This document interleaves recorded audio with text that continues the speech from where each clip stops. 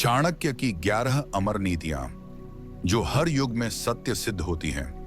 कल्पना कीजिए एक ऐसे ब्राह्मण की जो जंगलों की छाया में तप करता हो और फिर उन्हीं हाथों से इतिहास की सबसे बड़ी सत्ता को गढ़ दे। कल्पना कीजिए एक ऐसे तपस्वी की जिसने ना तो स्वयं सिंहासन चाहा, ना सोने की मुद्राएं, ना कोई महल, फिर भी वो सम्राटों का सम्राट बन बैठा। वो न राजा था, न मंत्री, न सैनिक, पर उसके सामने राजा झुकते थे, सेनाएं सिर नवाती थीं और नीतियां उसकी चौखट से जन्म लेती थीं। वो थे चाणक्य। जिस युग में नंद वंश के अहंकार ने प्रजा की पीड़ा को अनदेखा कर दिया था, उस युग में एक ब्राह्मण उठ खड़ा हुआ, सिर्फ अपनी बुद्धि, धैर्य और नीति के बल पर। उसने कोई तलवार नहीं चलाई, पर साम्राज्य गिरा दिए। उसने कोई रक्त नहीं बहाया, पर राजवंश बदल दिए। यह चमत्कार नहीं था, यह नीति का विज्ञान था। चाणक्य की सबसे बड़ी शक्ति थी उसकी अमर नीतियां। ऐसी नीतियां जो सिर्फ राजनीति के लिए नहीं थीं, बल्कि व्यक्ति के चरित्र, समाज की मर्यादा और आत्मा की दिशा को भी संवारने के लिए थीं। वो नीतियां जो उस समय भी उतनी ही तेज थीं जितनी आज हैं। वो समय से परे थीं, कालातीत। चाणक्य का नीति शास्त्र कोई सामान्य पुस्तक नहीं है, वह एक दर्पण है जिसमें राजा से लेकर रंक तक, गुरु से लेकर शिष्य तक, व्यापारी से लेकर साधु तक, हर व्यक्ति अपने जीवन की परछाई देख सकता है। उसने जो लिखा वह सत्ता के लिए नहीं, सत्य के लिए था। उसने जो सिखाया वह युद्ध के लिए नहीं, संयम के लिए था। और उसने जो जिया वह केवल भारत के लिए नहीं, पूरे मानवता के लिए था। आज जब हम नीतियों को राजनीतिक चतुराई का नाम देने लगे हैं, जब सिद्धांत को व्यावहारिकता से अलग समझा जाता है, तब चाणक्य की वाणी एक ज्वाला बनकर सामने आती है। सच्ची नीति वही है जो समय से लड़ सके और आत्मा को टिका सके। इस फिलोवाणी में हम जानेंगे चाणक्य की 11 ऐसी अमर नीतियां जो न केवल उनके समय की थीं, बल्कि आज भी सत्य सिद्ध होती हैं। इन नीतियों में जीवन जीने की कला है, संकट में स्थिर रहने का विज्ञान है और अपने भीतर के राजा को जगाने की शक्ति है। तो आइए शब्दों के उस दीपक को जलाएं जिसकी लौ कभी मंद नहीं होती और जो हर अंधकार में दिशा दिखा सकती है। पहली नीति, शत्रु से मित्रता में भी सावधानी रखें। चाणक्य की चेतावनी थी, शत्रु अगर मित्र भी बन जाए तब भी पूरी तरह आंख मूंद कर विश्वास मत करना। किसी भी युग में यह नीति इतनी ही प्रासंगिक रही है जितनी आज के समय में है। आज के वैश्विक, राजनीतिक और व्यक्तिगत संबंधों की जटिलता में यह एक ऐसी चेतावनी है जिसे हम अनदेखा नहीं कर सकते।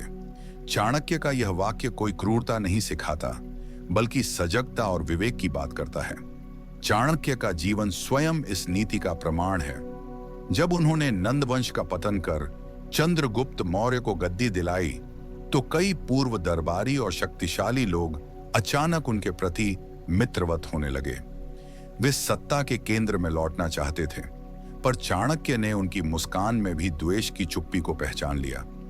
उन्होंने न केवल उन्हें दूर रखा, बल्कि भविष्य की संभावित विफलताओं को रोकने के लिए चक्रव्यूह की तरह नीति रची। इस नीति की गहराई को समझने के लिए हमें शत्रु शब्द की परिभाषा को भी पुनः देखना होगा।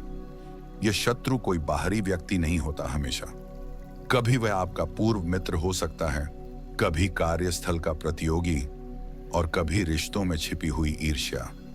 समस्या यह नहीं कि वे शत्रु हैं, बल्कि समस्या तब होती है जब वे मित्र बनकर लौटते हैं और हम उन्हें खुले दिल से स्वीकार कर लेते हैं, बिना यह देखे कि उनका उद्देश्य क्या है। आज के डिजिटल युग में भी यही होता है। सोशल मीडिया, बिजनेस डील्स, रिश्तों में वापसी, लेट्स स्टार्ट फ्रेश की मीठी बातें। लेकिन चाणक्य चेतावनी देते हैं, यदि किसी ने आपको एक बार धोखा दिया है तो दोबारा मौका देना आपकी दया नहीं, आपकी मूर्खता हो सकती है। चाणक्य यह नहीं कहते कि आप हर किसी पर संदेह करें या जीवन को संकीर्ण दृष्टि से देखें। वो यह कहते हैं कि यदि आप नेता हैं, साधक हैं, विचारक हैं, तो आपका निर्णय विवेकपूर्ण होना चाहिए, भावनात्मक नहीं। क्योंकि एक बार अगर गलत व्यक्ति ने आपका विश्वास जीत लिया तो वह आपका ही नहीं, आपकी नीति, आपके लोग, आपकी पूरी प्रणाली को गिरा सकता है। इतिहास इसका उदाहरण है। राजा पुरु ने सिकंदर को दया के साथ छोड़ दिया, पर वो ही दया बाद में रोष बन गई। वहीं चाणक्य ने नंद वंश के लोगों को क्षमा नहीं दी, क्योंकि उन्हें यह समझ थी कि कभी कभी कठोर होना ही करुणा की सच्ची परिभाषा होती है। तो इस पहली अमर नीति में चाणक्य हमें सिखाते हैं, विश्वास करो पर विवेक से, मित्रता करो पर इतिहास को याद रखकर, और नेतृत्व करो पर आंखें बंद करके नहीं। शत्रु चाहे नम्रता की माला पहने, पर उसकी आंखों की आग को देखना न भूलो। यही चाणक्य की पहली नीति का सार है। दूसरी नीति, ज्ञान सबसे बड़ा धन है। चाणक्य ने कहा था, जिसके पास ज्ञान है उसके पास वह सब कुछ है, और जिसके पास केवल धन है उसके पास कुछ भी स्थायी नहीं है। यह वाणी न केवल एक विचार है, बल्कि एक समूची सभ्यता की रीढ़ है। चाणक्य ने स्वयं यह सिद्ध किया कि केवल ज्ञान के बल पर सत्ता बदली जा सकती है, सम्राट बनाए जा सकते हैं और इतिहास की धारा मोड़ी जा सकती है। उन्होंने कभी तलवार नहीं उठाई, लेकिन उनका शाब्दिक शस्त्र, उनका ज्ञान शत्रुओं को भी हिला देता था। चाणक्य स्वयं एक निर्धन ब्राह्मण परिवार से थे। उनके पास ना धन था, ना सेना, ना राज्य। फिर भी उन्होंने नंद वंश जैसे शक्तिशाली और क्रूर साम्राज्य को गिरा दिया। यह कैसे संभव हुआ? ज्ञान के बल पर। उनकी नीति स्पष्ट थी, धन खो जाए तो वह वापस आ सकता है, पर ज्ञान यदि एक बार प्राप्त हो जाए तो वह जीवन भर साथ रहता है और दूसरों को भी प्रकाशित करता है। आज के समय में जब हम जीवन की सफलता को पैसों से तौलते हैं, तब यह नीति एक जोरदार झटका देती है। क्या हमने ज्ञान को केवल डिग्रियों तक सीमित कर दिया है? क्या हमें यह लगता है कि सफल वही है जिसकी बैंक बैलेंस मोटी है? चाणक्य कहते हैं, नहीं, वास्तविक समृद्धि वह है जो भीतर से आती है, जो किसी बैंक, बाजार या बाहर की दुनिया से नहीं, बल्कि मन, बुद्धि और अनुभव से उत्पन्न होती है। एक शिक्षित व्यक्ति अंधकार में भी प्रकाश ढूंढ सकता है। वह भले ही निर्धन हो, पर उसकी दृष्टि भविष्य को देख सकती है। चाणक्य स्वयं इसी का जीवंत उदाहरण है।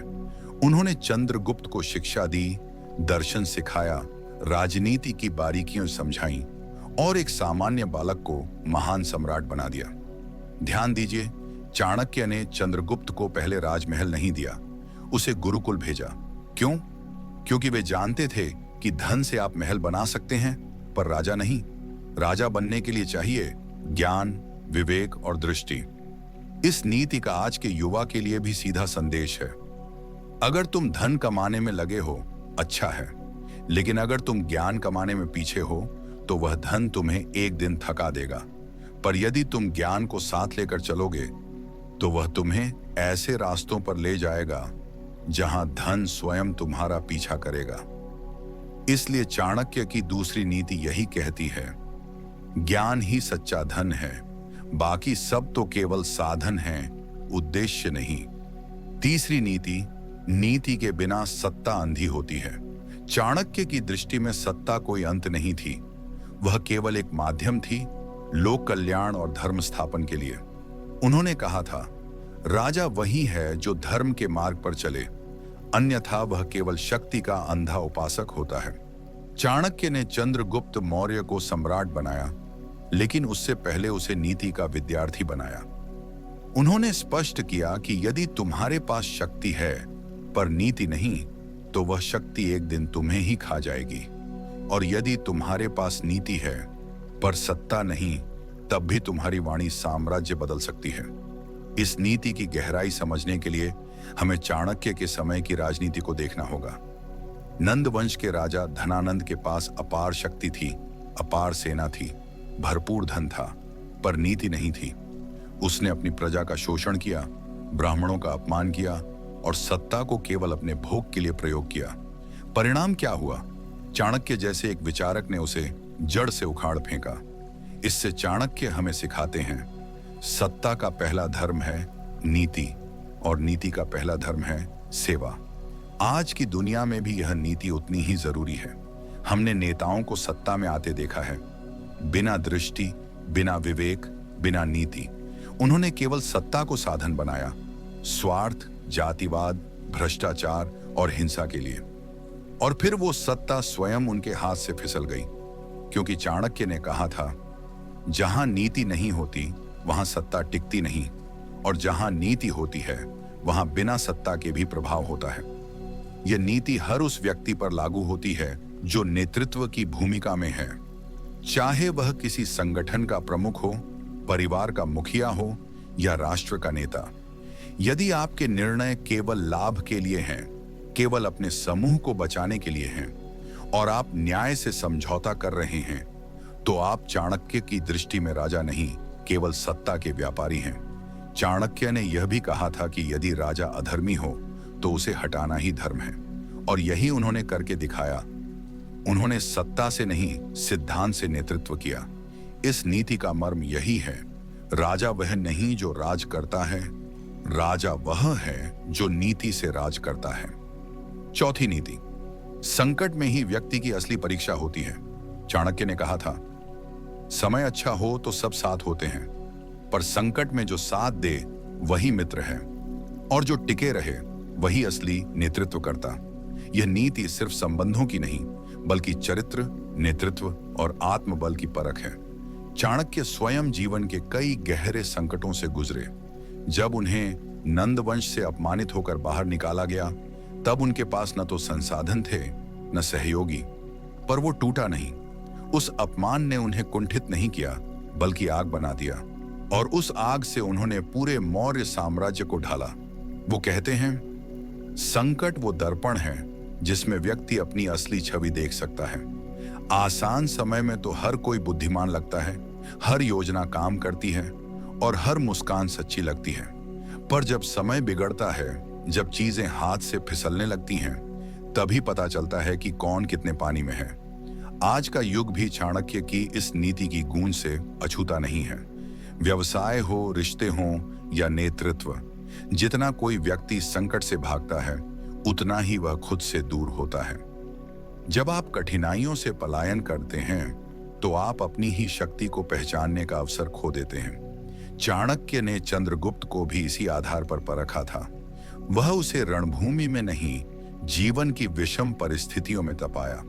उसे जंगलों में छिपना पड़ा, भूखा रहना पड़ा, हार झेलनी पड़ी, लेकिन उसी अग्नि से एक ऐसा सम्राट निकला जिसने पूरे भारत को एकजुट कर दिया। चाणक्य का यह सिद्धांत केवल यह नहीं कहता कि संकट से डरो मत, वह यह कहता है कि संकट ही वो मौका है जहां आत्मा की असली क्षमता उजागर होती है। यह एक परीक्षण है कि क्या आप अपने आदर्शों पर टिक सकते हैं, क्या आप बिना दूसरों को दोष दिए अपने कंधों पर जिम्मेदारी ले सकते हैं। आज जब छोटी सी असफलता पर लोग टूट जाते हैं या संबंधों में दरार आने पर भाग जाना पसंद करते हैं, तब चाणक्य की यह नीति एक साहसिक वाणी बनकर सामने आती है। जिसने संकट में धैर्य नहीं सीखा, वह जीवन को कभी गहराई से नहीं जान पाएगा। चाणक्य यह नहीं कहते कि संकट से आप अजेय हो जाओगे। वो कहते हैं कि अगर आपने उस संकट को सही से जिया, तो आप पहले जैसे नहीं रहोगे, आप ऊंचा उठ चुके होंगे। इसलिए यह नीति हमसे यही कहती है, कठिन समय को श्राप मत समझो, उसे साधना की तरह जियो। पांचवी नीति, गुप्त बातों का गुप्त ही रहना आवश्यक है। चाणक्य ने चंद्रगुप्त से कहा था, यदि तुम्हारी योजना सबको झात हो गई, तो वह योजना नहीं रह जाती, वह अब एक खतरा बन जाती है। इस नीति की शक्ति उसकी सादगी में छिपी है। चाणक्य का स्पष्ट विश्वास था कि बुद्धिमान वही है जो कब, क्या, कितना और किससे बोलना है यह जानता हो। वह कहते थे कि ज्ञान का प्रदर्शन करना एक दुर्बलता है और योजनाओं को सार्वजनिक करना आत्मघात।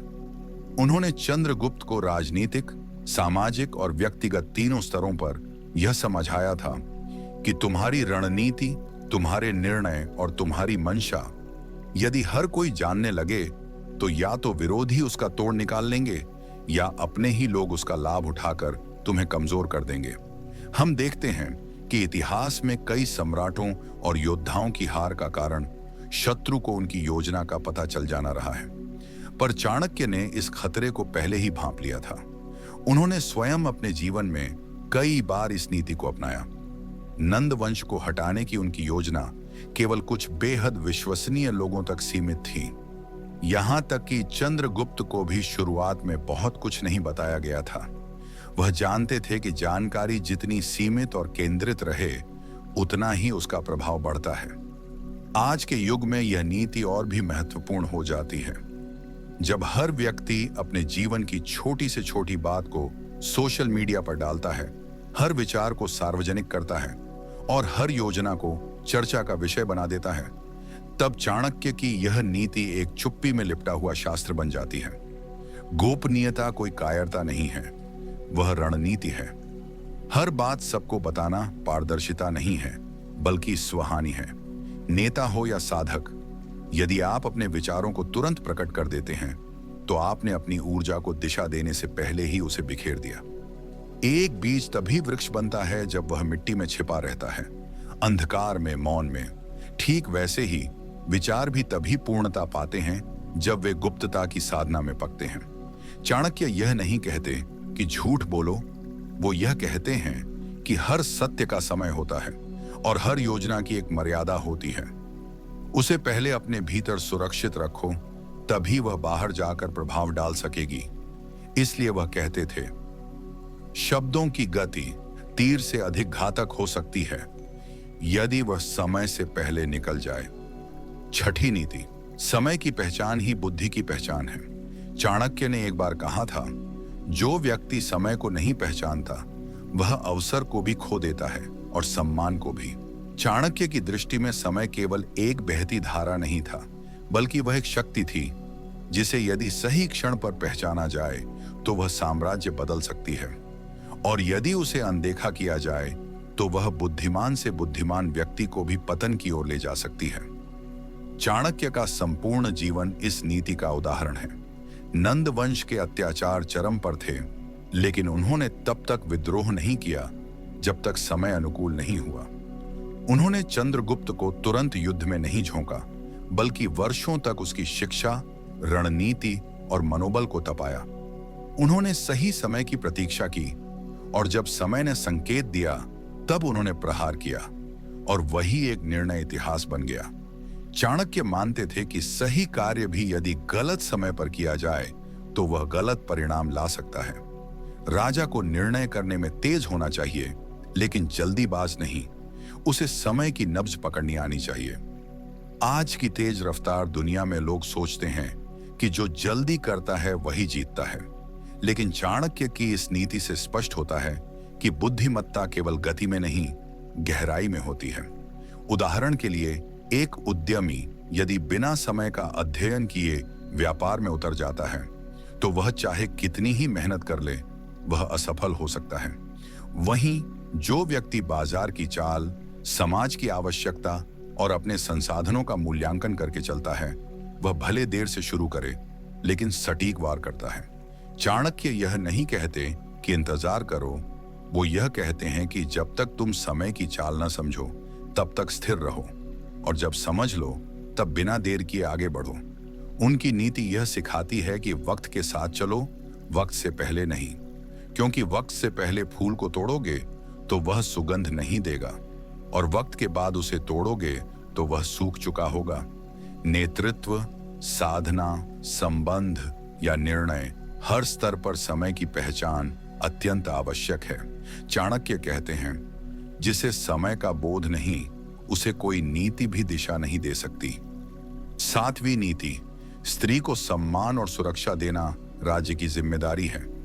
चाणक्य की सोच को लेकर अक्सर एक भ्रांति फैलाई जाती है कि वे स्त्रियों को कठोर दृष्टि से देखते थे, पर यदि हम उनकी मूल नीतियों, उनके श्लोकों और उनके कार्यों को गहराई से समझें, तो हमें दिखता है कि उनकी दृष्टि में स्त्री का सम्मान किसी भी सभ्यता की रीढ़ है। चाणक्य ने कहा था, जहां स्त्रियों का सम्मान नहीं होता, वहां देवताओं का वास नहीं होता। उनकी यह नीति सिर्फ शब्द नहीं थी, एक राजनीतिक दर्शन थी।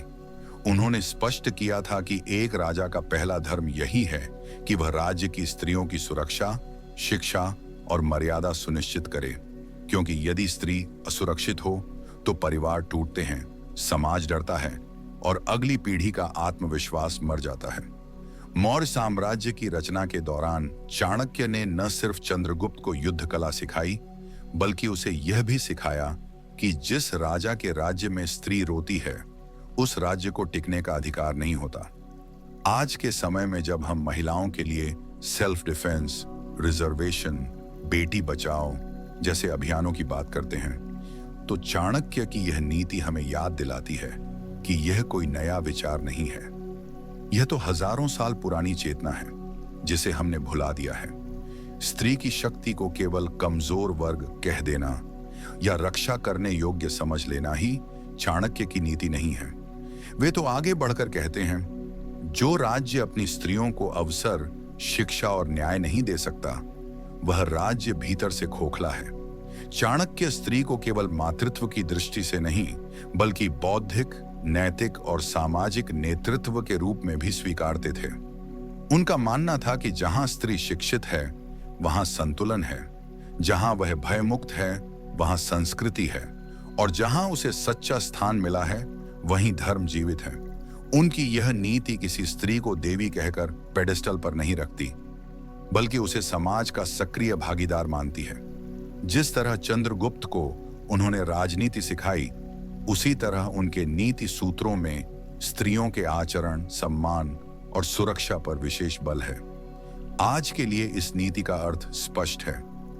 यदि आप अपने घर, संगठन या देश में वास्तविक उन्नति चाहते हैं, तो सबसे पहले सुनिश्चित कीजिए कि वहां की स्त्रियां सम्मानित, सुरक्षित और समर्थ हों। यही चाणक्य की 7वीं नीति की आत्मा है। 8वीं नीति, दुष्ट व्यक्ति से दूरी ही श्रेष्ठ उपाय है। चाणक्य ने स्पष्ट शब्दों में कहा था, दुष्ट व्यक्ति से तर्क मत करो, उसे सुधारने का प्रयास मत करो, उससे बस दूरी बना लो। यह नीति उतनी ही कठोर लगती है जितनी वह सच है। चाणक्य की दृष्टि में समाज को सुधारने के लिए प्रयास आवश्यक है, लेकिन कुछ ऐसे लोग होते हैं जिन्हें सुधारने की लागत परिणाम से कहीं अधिक घातक हो सकती है। उन्होंने यह नीति अनुभव से सीखी थी, सत्ता के गलियारों में, संबंधों की राजनीति में और ज्ञान के संसार में। चाणक्य के समय में ऐसे कई दरबारी थे जो कपटी थे, दोहरे चेहरे रखते थे। वे सामने से मित्रता जताते, पर पीठ पीछे षड्यंत्र करते। इनमें कुछ विद्वान थे, कुछ मंत्री और कुछ तथाकथित धार्मिक लोग भी। पर चाणक्य ने इन सब से स्पष्ट दूरी बनाए रखी, क्योंकि वे जानते थे कि दुष्ट व्यक्ति को आप कितनी भी अच्छाई दिखा दें, वह अपनी प्रकृति नहीं बदलता। वह मानते थे कि सर्प से अधिक खतरनाक व्यक्ति वह है जो मुस्कुराता है, पर भीतर से विष से भरा है। और ऐसा व्यक्ति यदि आपकी संगति में रहे, तो देर सबेर वह आपकी जड़ों को ही काट देता है। आज के समय में यह नीति और भी महत्वपूर्ण है। हम ऐसे लोगों से घिरे होते हैं जो बाहर से मीठे होते हैं, पर भीतर से ईर्ष्या, स्वार्थ और छल से भरे होते हैं। वे आपके सुख में मुस्कुराते हैं, लेकिन आपके पीठ पीछे आपकी असफलता की भविष्यवाणी करते हैं। ऐसे लोगों को पहचानने का उपाय भी चाणक्य ने बताया। जो आपके सामने सबकी बुराई करता है, वह आपकी अनुपस्थिति में आपकी बुराई करेगा। यह नीति कहती है कि यदि आप शांत, स्थिर और उद्देश्यपूर्ण जीवन जीना चाहते हैं, तो सबसे पहले यह जानना जरूरी है कि आप किसके साथ चल रहे हैं, क्योंकि संगति ही गति बनाती है।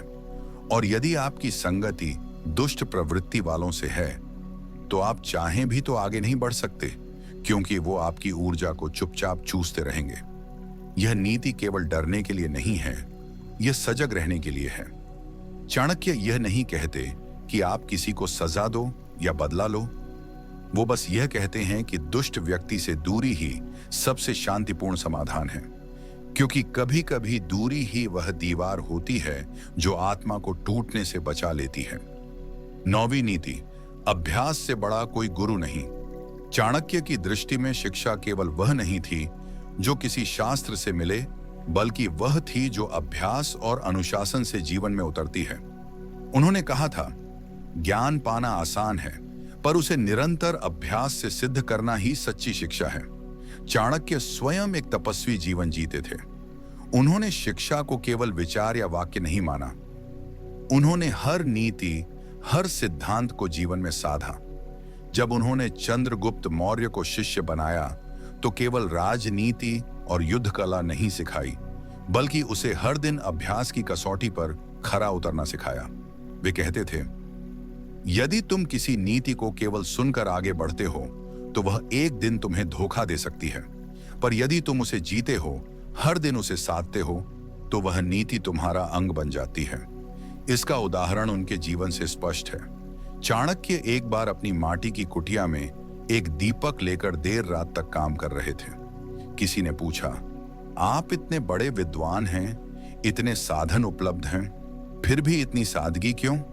तो चाणक्य ने कहा, मैं जो सिखाता हूं, पहले स्वयं उस जीवन को जीता हूं। यदि मैं विलासिता में रहकर त्याग का उपदेश दूं, तो मेरी वाणी खोखली हो जाएगी। यह नीति आज के युग में एक बहुत गहरी चेतावनी देती है। आज लोग जल्दी सीखना चाहते हैं। Shortcuts, quick hacks, one day master class जैसी बातें बहुत आम हो गई हैं। पर चाणक्य कहते हैं, जिस शिक्षा का अभ्यास नहीं हुआ वह केवल जानकारी है, पर वह ज्ञान नहीं है।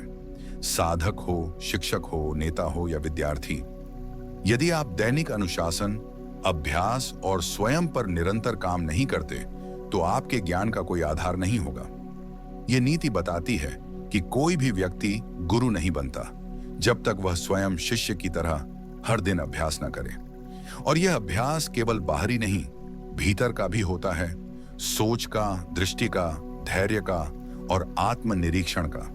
चाणक्य की यह नीति हमें यह नहीं कहती कि गुरु की आवश्यकता नहीं है, बल्कि यह कहती है कि असली गुरु वही होता है जो अभ्यास में रमा हो, और वही अभ्यास आपको जीवन में गुरु बना देता है। इसलिए वह कहते हैं, शास्त्र एक दिशा दे सकता है, पर अभ्यास ही उसे पथ बनाता है। 10वीं नीति, स्वार्थ के पीछे संबंध खो देना मूर्खता है। चाणक्य की दृष्टि गहराई से सामाजिक थी। उन्होंने जीवन को केवल सत्ता, राजनीति या युद्ध तक सीमित नहीं रखा, बल्कि उन भावनात्मक, पारिवारिक और मानवीय पहलुओं को भी स्पष्टता से देखा, जहां अक्सर मनुष्य अपनी सबसे बड़ी भूल करता है, स्वार्थ के पीछे संबंधों की बलि देना। उन्होंने कहा था, जो व्यक्ति अपने स्वार्थ के लिए अपनों को छोड़ देता है, वह भविष्य में अकेलेपन की आग में जलता है। यह नीति चाणक्य के जीवन में कई रूपों में परिलक्षित हुई। जब वे सत्ता के शीर्ष पर पहुंचे, तब उन्होंने उन लोगों को नहीं छोड़ा जिन्होंने उनके कठिन समय में साथ दिया था। चंद्रगुप्त के सम्राट बनने के बाद भी चाणक्य ने उसे बार बार याद दिलाया कि राजा वह नहीं जो सिंहासन पर बैठा है, राजा वह है जो संबंधों की मर्यादा को जानता है और निभाता है। कई बार ऐसा देखा गया कि सत्ता और लोभ के पीछे राजा अपने पुराने मित्रों, गुरुओं और सेवकों को छोड़ देते थे। लेकिन चाणक्य ने इस प्रवृत्ति को अत्यंत घातक माना, क्योंकि उनका मानना था कि स्वार्थ क्षणिक है, पर संबंधों का मूल्य जीवन भर साथ चलता है। आज के युग में भी यह नीति उतनी ही सटीक लगती है। जब लोग सफलता के पीछे दौड़ते हैं, तो वे अक्सर वे लोग छूट जाते हैं जिन्होंने उस व्यक्ति को उस स्थान तक पहुंचाया। माता पिता, मित्र, गुरु, साथी, सब कुछ पीछे छूट जाता है, और तब वह सफलता केवल एक शोर बन जाती है जिसमें अपनापन नहीं होता। चाणक्य यह नहीं कहते कि स्वार्थ रखना गलत है। हर व्यक्ति को अपना हित समझना चाहिए, पर वे कहते हैं कि यदि आपका हित आपके रिश्तों की कीमत पर आता है, तो वह हित नहीं, अहंकार है। संबंध केवल भावना नहीं होते, वे एक आध्यात्मिक शक्ति होते हैं जो मनुष्य को अपने मूल से जोड़े रखते हैं। और जो व्यक्ति अपने मूल को खो देता है, वह चाहे जितनी ऊंचाई पर हो, अंदर से खोखला हो जाता है। यह नीति हमें सिखाती है कि निर्णय लेते समय केवल लाभ को मत देखो, यह भी देखो कि उस निर्णय में कौन कौन पीछे छूट जाएगा। और यदि वह लोग वो हैं जिन्होंने कभी तुम्हारा हाथ थामा था, तो रुक जाओ, सोचो और तब फैसला लो। क्योंकि चाणक्य कहते थे, जो संबंधों का मूल्य नहीं समझता, वो एक दिन स्वयं मूल्यहीन हो जाता है। 11वीं नीति, अपमान सहना नहीं, उसे समझदारी से बदलना चाहिए। चाणक्य के जीवन की शुरुआत ही अपमान से हुई थी, लेकिन उसकी परिणति इतिहास की सबसे बड़ी क्रांति में हुई। जब उन्हें नंद वंश के सम्राट धनानंद ने अपमानित किया, तो उन्होंने सिर झुकाकर पलायन नहीं किया, बल्कि उस अपमान को अपने भीतर एक संकल्प में बदल दिया।